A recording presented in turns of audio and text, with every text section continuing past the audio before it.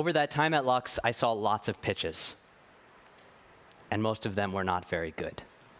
And this was something that baffled me, because I'm sitting here realizing that millions of dollars are often on the line in these meetings based on the first impression that you as entrepreneurs are trying to make.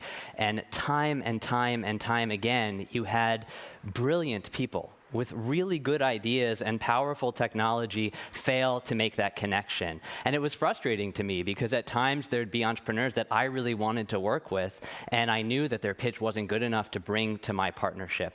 And I found myself gravitating towards helping these entrepreneurs, helping companies in our portfolio. And I kept asking myself, why is this such a hard problem?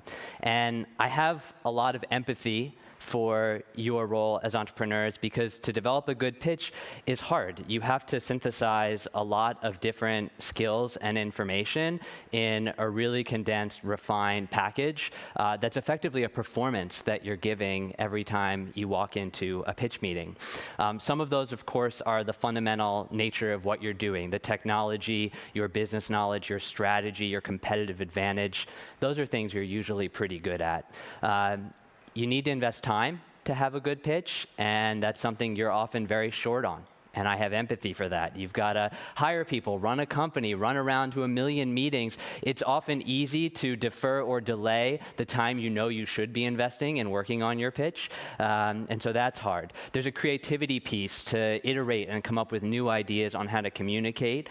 Some people have, some people struggle with, and also how to visualize ideas. And then I think one of the most important is getting an outside or investor perspective, particularly when you're trying to fundraise. And this is hard. And this is hard for a few reasons. One, I think investors are readily willing to give feedback, but if you've been through this process, you've probably experienced that that feedback is wildly divergent, and it's hard to understand what's the good feedback and what's not. Number two is, I think investors are inherently very good critics. They know a good pitch when they see one, and they know to give feedback and can give lots of feedback when it's not good.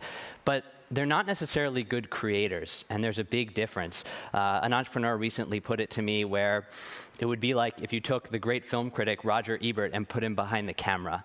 The result would probably be awful. Once a film is made, he can give you the best feedback in the world, but it's a very different role. And investors are often much more critics than creators, even if you're lucky enough to have one that wants to work with you. And then the final thing is, I think there's often a somewhat fraught or tensioned relationship between founders and investors, because there's always this inherent power dynamic where an investor in the back of your mind, or you're worried about in the back of their mind, is always thinking, does this person think I'm good enough to keep being the CEO? Are they going to invest in the next round? So having that vulnerability to be totally open and the creative process of developing your pitch can be really hard with an investor. So one of the things I hope to bring to you today is really that investor perspective based on my experience in that role on the other side of the table.